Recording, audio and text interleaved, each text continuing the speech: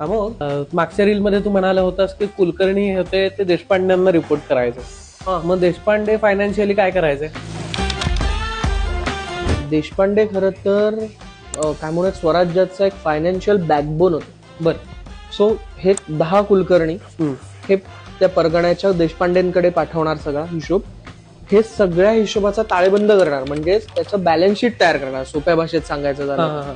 त्यानंतर जमाबंदी असेल किंवा आपलं व्यवहार असतील त्या सगळ्याचं ऑफिशियल रेकॉर्ड त्यांच्याकडे, म्हणजेच दफ्तर त्यांच्याकडे आहे. छोटे मोठे हिशोब सुद्धा देशपांडे बघणार. बरं. त्याचा सगळा चेक ते ठेवणार. ओके. त्यामुळं म्हणजे कुलकर्णी असतील आणि खालचे अधिकारी टू वरचे अधिकारी यांच्या मधला मेन दुवा जो आहे देशपांडे. बर. म्हणून मग तो काय झाले तर ते चीफ अकाउंटंट झाले, उत्कृष्ट ऑडिटर झाले. बरोबर. त्यामुळं ते मी म्हंटलो ना की ते आडनाव जे आहे, जे पद होतं ते अत्यंत अत्यंत महत्वाचं होतं. बर बर.